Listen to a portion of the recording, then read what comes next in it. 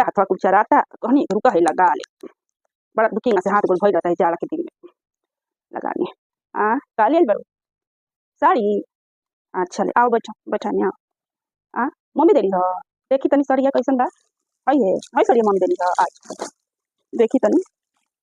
हाँ निक लागता रुको तनी ढंग से लौकत नहीं के तनी चश्मा पूछ ली लेकिन भइल बाटे कुली। ना और साफ लौकता। निक बा सड़िया हो कोनो बेजाय नहीं खे। ना ना निक बा साड़ी। हाँ नाही एक रंगो ठीक बाटे तारा पर खिली। कितना के हो 5,000 के। हाँ होखबे करी आजकल मिलते बा ई कुल कोनो। हाँ नहीं निक लागता। हाँ कोनो मौका तो पहिन करी का करे के बा नहीं ठीक बा। हई कुल थी हो ना पावर कुल होला उहे ह। ठीक बा नाही कोनो बेजाय नहीं के ले जा जा धर जा ठीक से धरिया है ना। हाँ ना धर जा जा गइली अच्छा कतैली है मम्मी देली है हमरा के 5,000 के साड़ी। इतना इनका मम्मी देता चले 5,000 के साड़ी अपना से ही कीन ले लिया अपना से ही कीन के आ लिया के हमरा के दिखाती है। इनका मैं बियाह में कहना दे दे 5,000 के साड़ी इनका के देखनी ना कैसे कैसे साड़ी के देले खाली कमाई दी।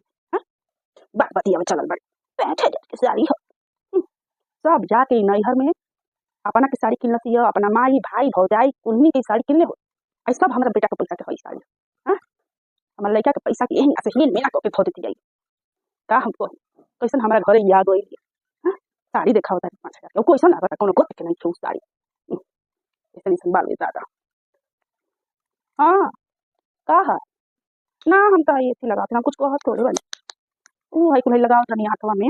हाँ तू जा अपन काम कर जा ना पढ़ाई पढ़ी क्या करो तनी मम्मी जी जिन पढ़ते तुम बताई इनका से का करतनी का नहीं करत। चल तनी हमरा से का करे के हमरे से कुछ करे के हम के अपन काम कइला से मतलब बा का केहू करता का नहीं। चल तनी तनी बाहर बैठी देखी कि लोग यहाँ का होता तनी बाहरवा से लौकेला अंदरवा रहता कुछ पते ना चलेला कि बाहर का भइल का गइल है का शरमाइन के घरवा में का हो के आइल बा।